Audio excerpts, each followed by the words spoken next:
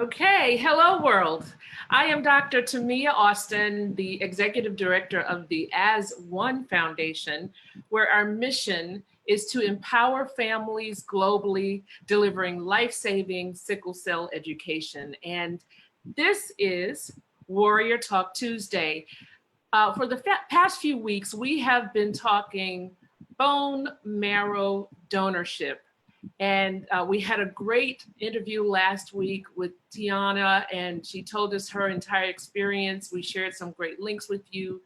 And we want to make sure that while you're listening, that you take the opportunity, if you are a Black American between 18 and 44 years old, please join us. We're going to explain more about it through this interview, but go to join.bethematch.org/SC3 as one, all spelled out, and sign up to be a donor. We'll tell you the entire process, and that is where my guest comes in today. She is a warrior. She's a rock star. She's a research scientist. She is Dr. Lakia Bailey, the director and founder of the Sickle Cell Community Consortium, and I'm so thrilled to have her today. Dr. Bailey, hello, and thank you for being here.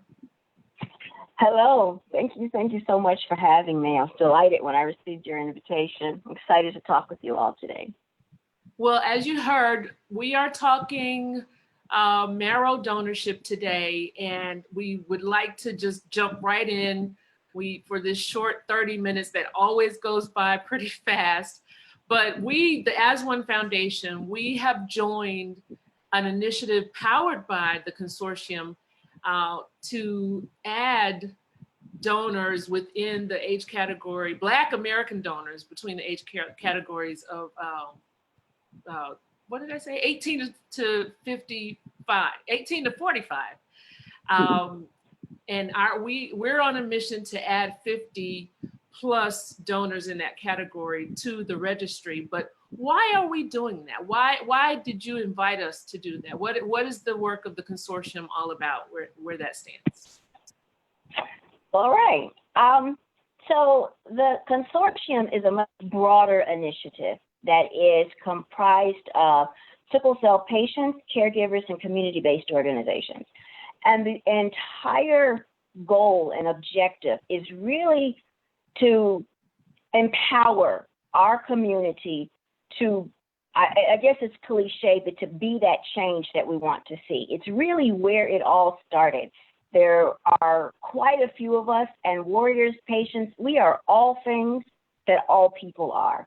You name it, there's someone in the sickle cell community, doctor, lawyer, research scientist, race car driver, bodybuilder, and we are living this reality. We can see what's going on around us. We can see the things that we want to change. The consortium was created to provide a platform to ensure patients and caregivers were at the center to identify problems, needs, gaps, to identify things that need to be changed in the community, and then also take that a step further and develop the initiatives, the programs, the projects, the platforms to execute that sustainable change.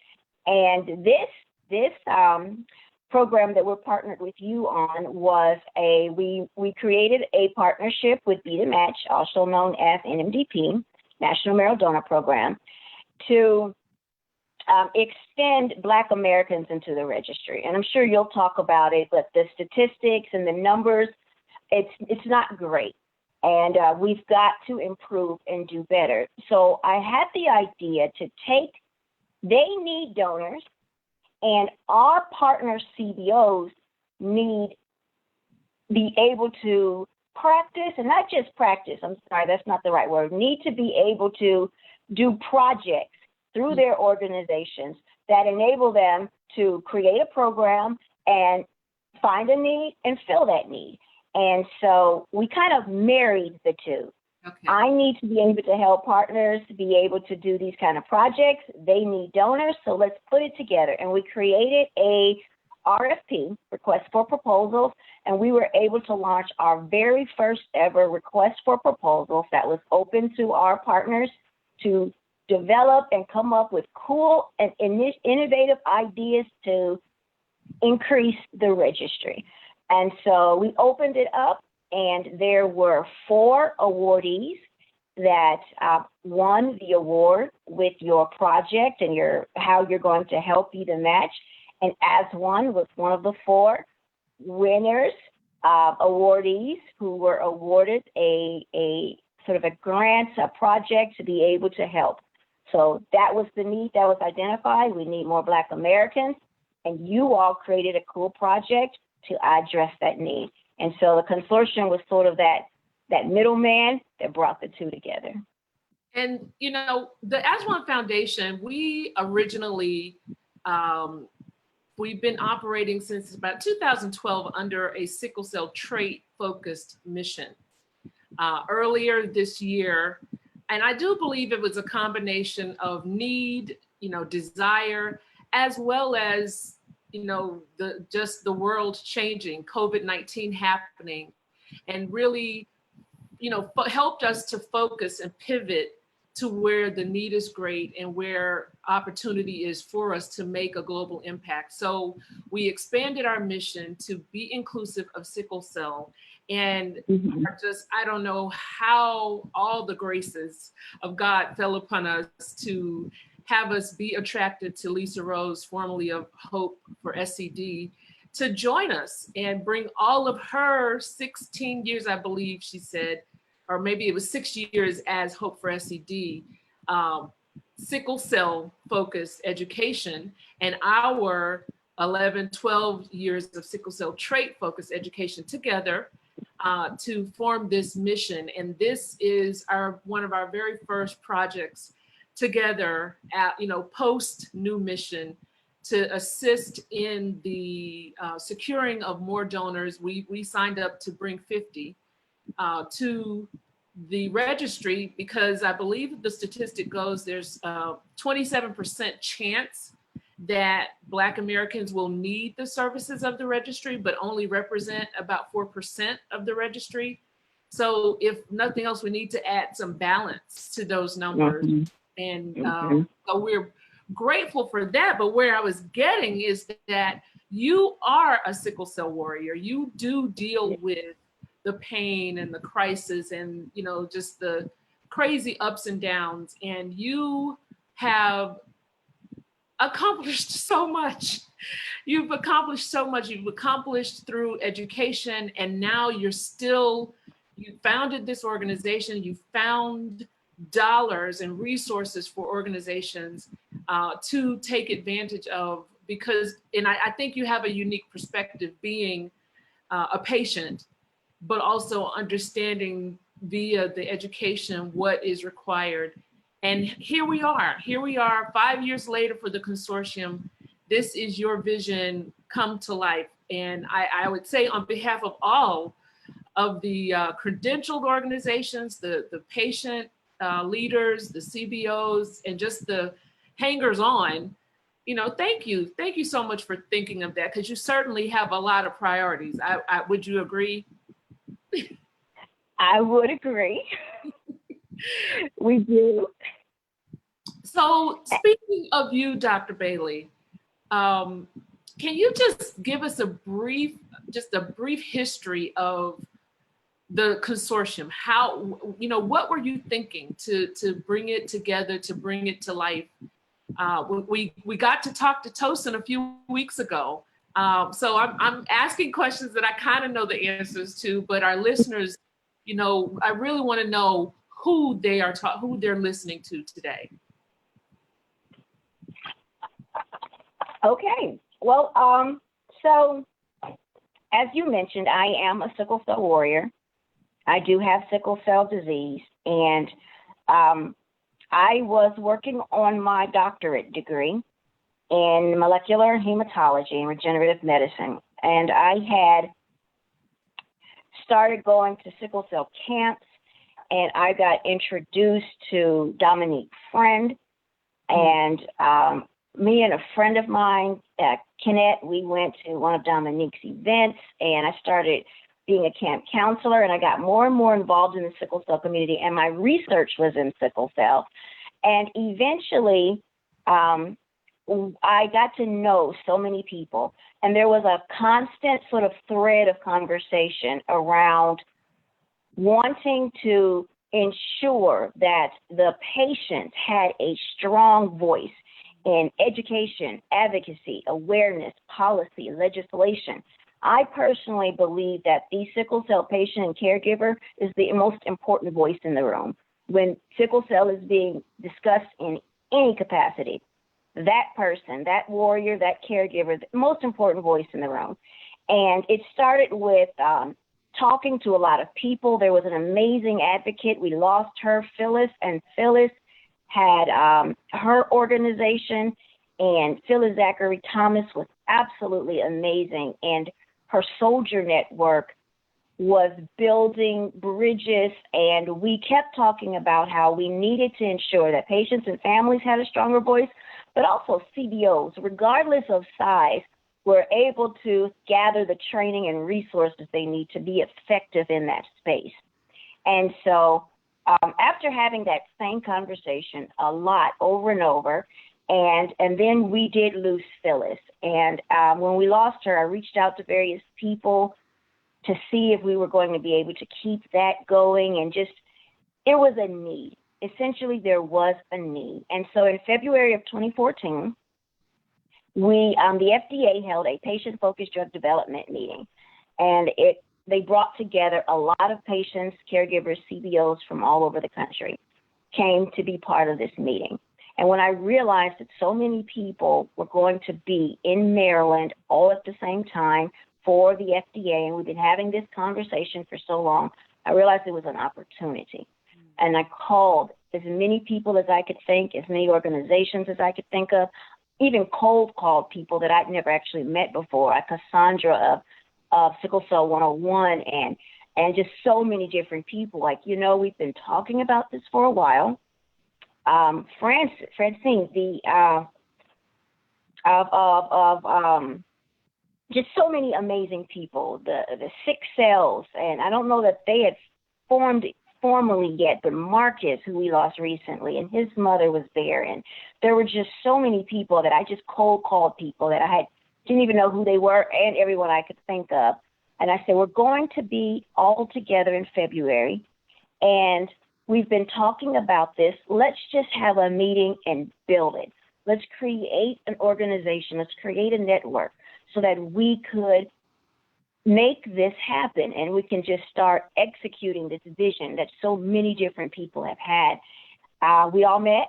We met at the hotel. At the time, my mother was an accountant with a hotel chain, and so we were able to, she knew a lot of information, and I was able to figure out how to get us discounted hotel rooms, and so everybody could do that. And we all came together.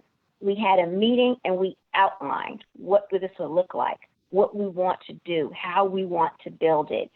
And there were some amazing, amazing advocates in the room, including Tosin Ola, because prior to the consortium, I was vice president of Sickle Cell Warriors, Inc., and I was still vice president. I ended up transitioning so that I could build the consortium, and Warriors, Inc. could be one of our partners. And we, at Tosin, and the advocacy work I did with her was really the first time I was just diving headfirst into this space. And so that's sort of how it began. It was a need. We realized we were all going to be there.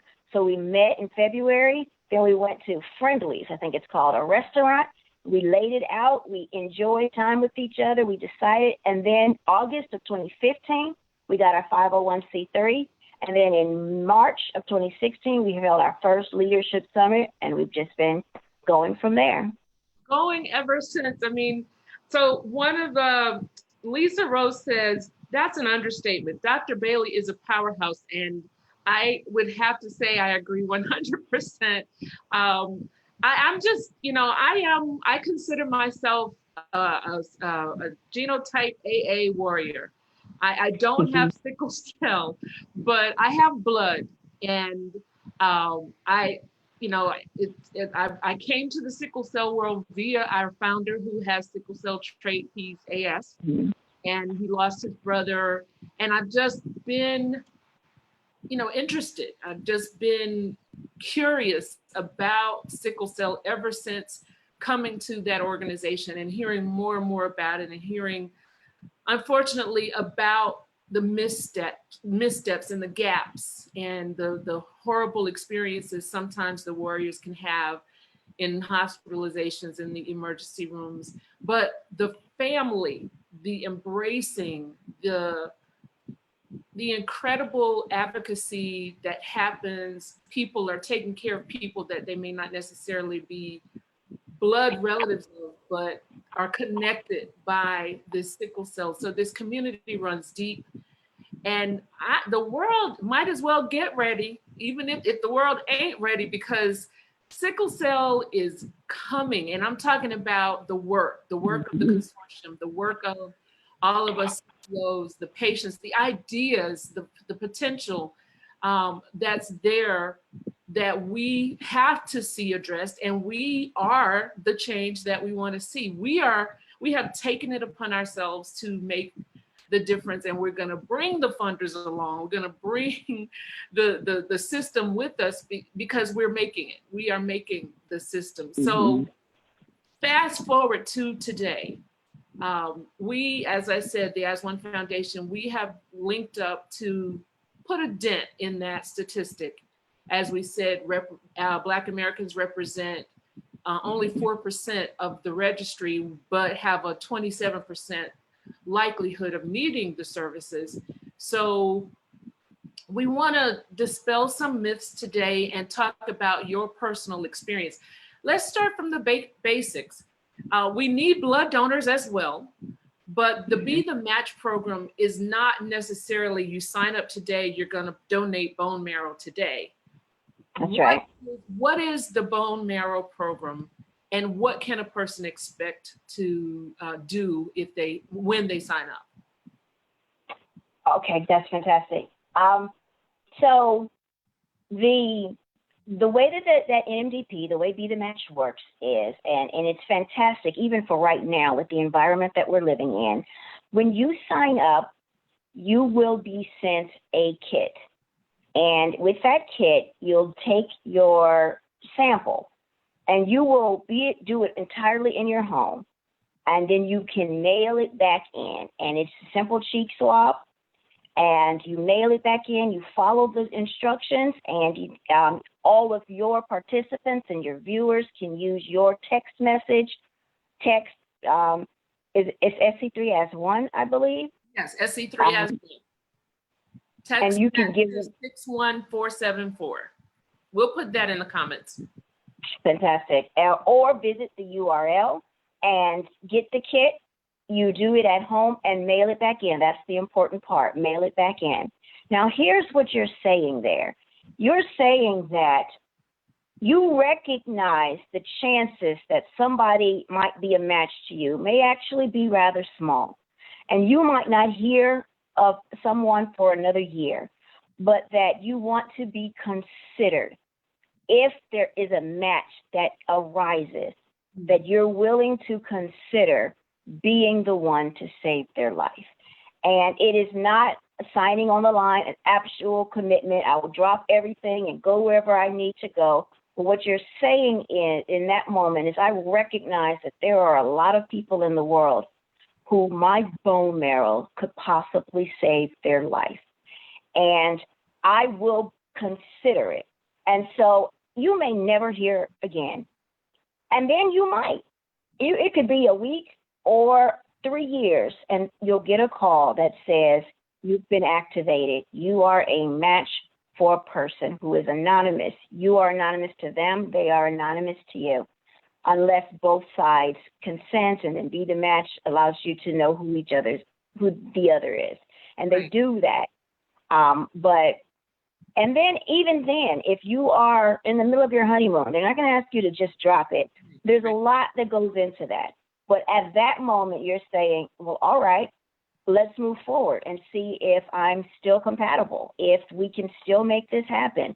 and let's start looking into what date will work for them and me. The donor is incredibly important. And so making sure that it is the most convenient for you. It's possible that your person may actually be 3 states over. Be the match will bring you over to them, put you in the hotel, make sure no money out of your pocket. No money out of your pocket, and so that you can help save a life. And it is, I know it seems like a simple thing to swipe a cheek, but on the other side of that cheek swab is a person whose life can be saved, made better, changed because of that. And I think that is the most beautiful thing, that there are people in the world willing to be that to a complete stranger. And that's what it means. Yeah, we see that all the time. I personally, I watch 60 Minutes and 2020 and various other media programs, and I've seen on a number of occasions, maybe sickle cell, maybe not, but a perfect stranger ends up being a donor, and maybe not marrow, but an organ or what have you. But this whole Be the Match is about, strengthening the chances of having a full match. Like I said, last week we had Tiana on, who did experience a failed match, a failed marrow transplant because she had a half match and her body rejected. But those chances go down the better the match. And that is, again, you're just saying, I'd like to be considered. If I could make the difference for someone, I would like to be considered. And this age bracket of 18 to 44 for Black Americans is what's needed, of great need. That's right. That's right. And it actually doesn't matter in this case, because we won't get into the science of this, but you want an HLA match, and you want as close a match as you can. And there's a better chance of finding your match within your same racial and ethnic background. Yes. And so it matters. When Black people need a transplant of any type, we are less likely to find a match outside of their immediate family. If you don't have a match there, your chances of finding a match in a registry is very low. And the reality is, it's because we don't donate. And it can be easily solved. Yeah. It can be easily fixed. We can be that change. And I know there's a lot of hesitance for people with the type of donations that you have to donate. If you were donating your heart, it means that you will have died for that.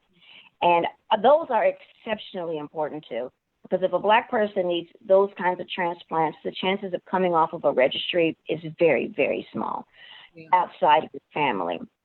But this isn't that. Yeah. This is a survival donation. It is cheek swab, and then coming back in if a match is found for you.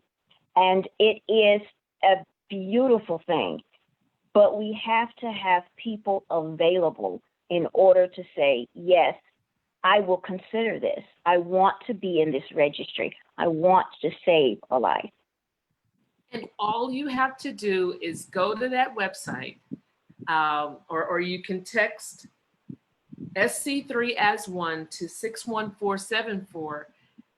You put in your information, a kit is mailed to you, and you swab inside your cheek, put it back in the envelope box, and send it back, and that's it. We are looking forward to, if he receives it in time. He did sign up, our founder, Devar Darling, he signed up once we got our link. So we are planning to do a live unboxing with him next week for Warrior Talk Tuesday to show you how easy it is. And he fits the age group. Obviously he fits the population. And we certainly, are prayerful for anything, coming down the road, that it will go well for everyone involved. But so you have a personal experience, and please, if you feel to share as much as you'd like, just to put a personal perspective on what this means to our warriors and the possibility of being pain-free. Share as little or as much as you like. All right. There's so much. I know you've talked to Tiona and you've probably spoken to others. And actually this Friday, we will be having a panel of bone marrow transplant recipients or people that are actively in the middle of getting a bone marrow transplant. And we are doing this as part of our anniversary celebration. So the Sickle Cell Consortium is turning 5 on August the 20th, so this Thursday. And as part of that, we're doing a 2-day, very short kind of live event. And the second day, Friday, we'll be doing a panel on bone marrow. And there's so much that goes into that. As I'm certain your viewers know, sickle cell is a incredibly painful disease. And as your viewers learned, it doesn't always work, particularly in the case of a half match, like with Tiona. But there is that chance and that hope. And I think that is the most important thing that I can imagine, having that. And the reality is, I don't necessarily seek to shove that in anyone's face because it's not for everyone. Mm-hmm. It's a decision that is a difficult one to make because the procedure of getting a bone marrow transplant is a lot. It's still a lot. And we will eventually get the science so perfect that it won't be. But right now, it's a huge commitment. It's a year of your life, a year of a caregiver's life. But to come out on the other end, and people that I have spoken to that have come out on the other side of this, it is just the most amazing thing. And I think what we forget, particularly within the sickle cell community, is that sickle cell is a progressive disease. I think what we think is, I had the crisis is over, I'm back to baseline. But the reality is, it's building one on top of the other. And the damage is increasing, and it's building with each crisis, with each acute chest syndrome. And so the bone marrow transplant is not going to fix damage that's already been done. It halts it. It halts it right there. And so I think that's what we have to look at, particularly in our children. Our donors, you are opening up the possibility of stopping that progression pretty low on the list for our younger warriors. And to give a child a chance of that, because like you said, I have this experience. I know what it is. The consortium turns 5 on Thursday. I, however, turned 42 on Wednesday, tomorrow. And tomorrow's my birthday. Happy birthday. Thank you. Well, you know what? No, I have to stop. I have to just stop. Did you say you turn 42 tomorrow? Yes, I do. 42. We celebrate. We must celebrate that because you know what the statistic is. I mean, what has been said about sickle cell, and warriors are getting older, and that is something to celebrate. So praise be to God for your 42 years of life. We are so thankful to share that with you early. But I just wanted to stop and acknowledge that you have been unstoppable. 42 years. What in the world is going to happen when you are pain-free? And I am claiming that for you. Thank you. I claim that for me. But yeah, that's thank you so much. It is astonishing. And we're giving our children that. We're giving them the chance to hit that mark and to not have 42 years under their belt of increasingly progressive damage and pain. And I can't even imagine what that would have been like. But I'm grateful. I'm grateful to God. I'm grateful to all those that have put so much effort, the scientists, everyone that has made it possible that we have this option, and that we can all effectively stop the progression of this disease in our young warriors, and that just means everything. And I'm delighted, and I don't know if I can take a moment. What time is it? It's at 3:30 right now. Please take your moment. Take it. There's so much happening right now. Cure SCI, NHLBI has the Cure SCI. So we've got bone marrow, but then there's this growing field of gene therapy, cell and gene therapy, gene editing that we are looking into. And there's so much that right now, like you said at the beginning, you said it's sickle cell's time, and it really and truly is.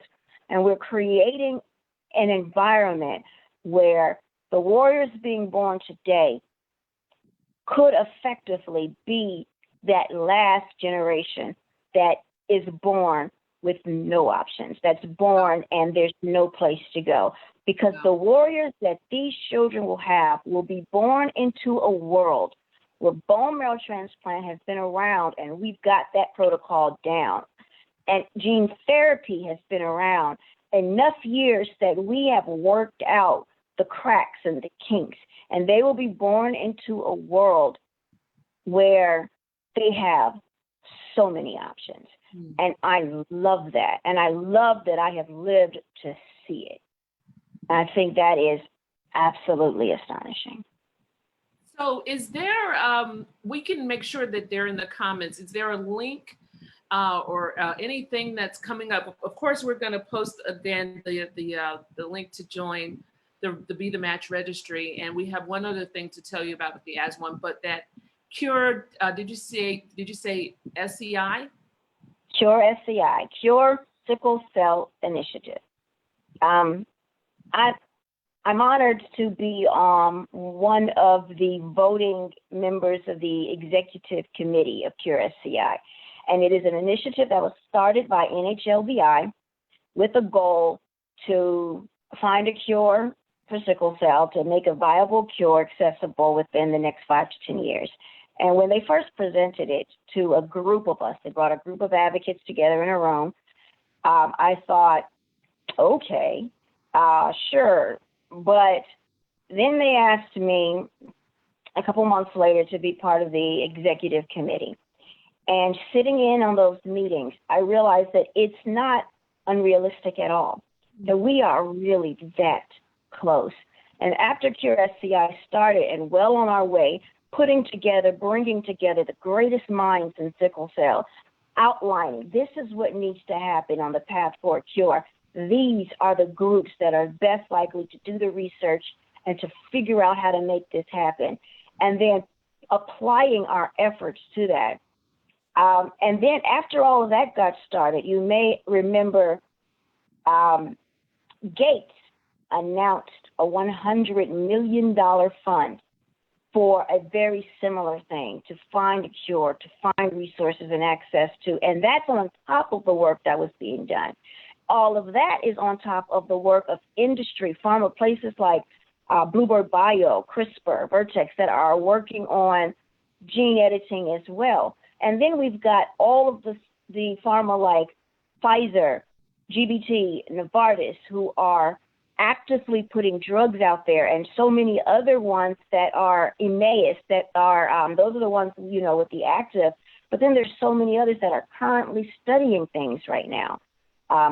So GBT, Emmaus, and Novartis, each of them, a new FDA-approved treatment for sickle cell. Now, that doesn't seem like much because it's just 3. But when Emmaus announced theirs, they were the first with the FDA in a very long time. And when that drug was approved with the FDA, it effectively doubled to a whole whopping total of 2, because prior to that, we only had hydroxyurea. Right. And then within a matter of weeks, both GBT and Novartis announced their FDA approval, which again doubled in a matter of weeks. So it took us a decade. It took us practically 100 years to get anything. It took a decade to get the second. And then in a matter of, I don't even think it was weeks. I felt like it might have been days. It doubled again. This is exponential growth. And it is just mind-boggling to me. And I think that we're collectively, and I want to take it back because none of that can be done without the work of CBOs like As One, community-based organizations, and the partners that we work with, and the amazing work that's being done collectively as a community. I'm a big believer in the collective side of all of this, and that collectively we can change the shape. We can totally alter the landscape of the sickle cell world, sickle cell community. And it is our voices. It is the work that we're doing on the ground that's making any of this possible. And coming back full circle, after all that's done, there has to be access. Bone marrow transplant, we can know the science of it, but if there's no donors in the registry, it won't matter. And so the work that you're doing to promote that registry, it's the most important thing that can be done right now, because what would it matter if no one can access it? And that's so I've been off on a tangent. Sorry about that. Go ahead. You brought us back to a train of thought that we have at the foundation that goes back to our sickle cell trait roots, which is that we really need the allies. We refer to them as the unaffected to care. And this is certainly a way to involve the AAs in our community, those that do not walk around with any abnormal hemoglobin, but can assist. And by the way, even if you do have AS or sickle cell trait, you can be a donor in this Beat the Match program. So don't let that stop you. You can be a donor. So you brought that all the way. That's a fantastic point. That is so important. Having the trait does not block you from being a donor. Oh, thank you so much for bringing that up, because a lot of people, I think, might think it does, and it does not. Because there is a world of difference between having the disease and having the trait. And after a successful bone marrow transplant from a trait donor, you are now a trait carrier and not SS anymore. And that, in and of itself, is a miracle. Yep, it's pretty amazing. Science is amazing. And it is. You know, to value. So I'll just leave that right there. But with that, I will close my final remarks just to remind everyone that September is Sickle Cell Awareness Month. And oh my goodness, the sickle cell world is on display in September, and some events will start later, even this month, and bleed all the way through October. That's just how exciting and busy of a time this is for the sickle cell world. But I would like to personally invite all of you to participate in our month-long activity. It is called the We Run As One virtual sickle cell challenge. We are challenging all of our participants to register. It is a fundraiser, and you register to run or walk or even cycle as one, step as one, and hydrate as one. And you can go to our website, which we've shortened for this purpose. It's bit.ly/we run as one, and that's the number 1 to register. It's a fundraiser. $53 is the registration. 53 miles for the entire month to walk or run. We're saying 53 miles per week if you cycle, 5,300 steps if you want to step per day, and add 53 ounces of water. And the significance of the 53 is that was Devon's football number. And it's very meaningful to us, especially having lost the inspiration for our caregiver appreciation that we established this year. Miss Wendy was born in 1953. So that is the reason behind the 53. And we will also continue to post all of the other events of the CBOs going on, because we truly do believe we run as one. We'll post that link in the website, in the comments here, and I will give, and you can find out about anything As One related at asonefoundation.org, and that's all spelled out. But I would like to keep my tradition and surrender the last words to my guest. Oh, all right. Well, thank you all so much. I think it's so very, very important. Thank you very much for inviting me and allowing me to come and speak with you all. I do want to express that the consortium works by collaborating with the community, those who are active advocates and organizations that want to work collectively with a larger network to identify priorities and then to execute solutions to problems that are identified. And so anyone can partner with the consortium. And that credentialing actually is opening back up. I need to check the date, but it opens back up soon. And anyone, that's just the process by which we formalize partnerships. Because it's important that we work collectively and all together to get this done. One of the projects that we've done with partners, I wish I was looking around to see if I had a copy I could just pull out and show you very quickly. I wasn't thinking, I should have had one ready, was we actually do have a, all right, maybe this is it, a patient-powered booklet on one of the projects that we do in the consortium is patient-powered education. And it was just identified that we needed more resources available. And I wanted to just show this. It's kind of beat up because it's my copy that I've been thumbing through. But this was a, can you even see it? This was a. Keep it in front of you because it disappears off to the side. Okay. But this was one of our patient-powered that we did in collaboration with STAR, which is the Sickle Cell Transplant Alliance Research Initiative, and Be the Match. And it is information on blood and marrow transplant for sickle cell disease.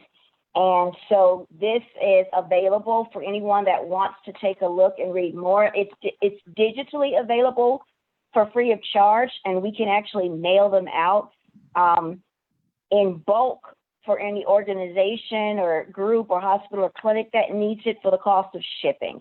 So I did want to, but it's absolutely free from our community, patients, caregivers. If you want a copy of this, you want to look through it, because this was a way that we put some stuff together to show what's going on, what's the process look like.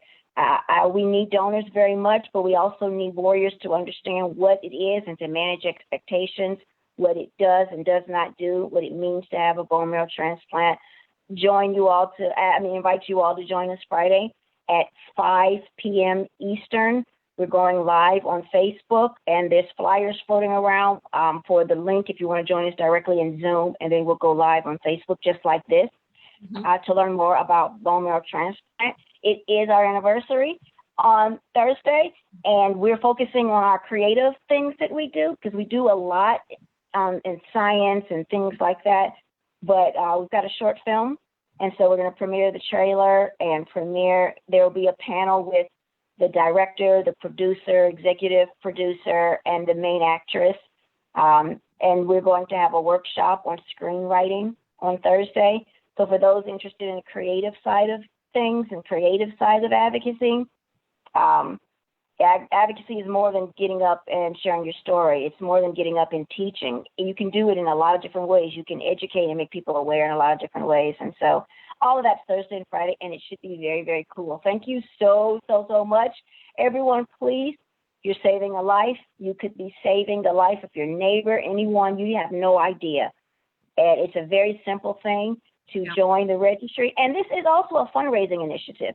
If you donate through As One, you are helping them raise money to continue their mission. So please donate. Can we include the link to that document in the comments today? Yes. Let me grab that. We'll make sure we have that. So with that, we'll say thank you, Dr. Bailey, to the consortium. We're looking forward to the festivities at the end of the week. We look forward to your supporting all sickle cell initiatives. Look out for anything Sickle Cell Awareness Month. We'll see you next week for Warrior Talk Tuesday. Our plan is to show you an unboxing of the Be the Match. I think that's going to be pretty cool. So we will see you next week. Thank you. God bless.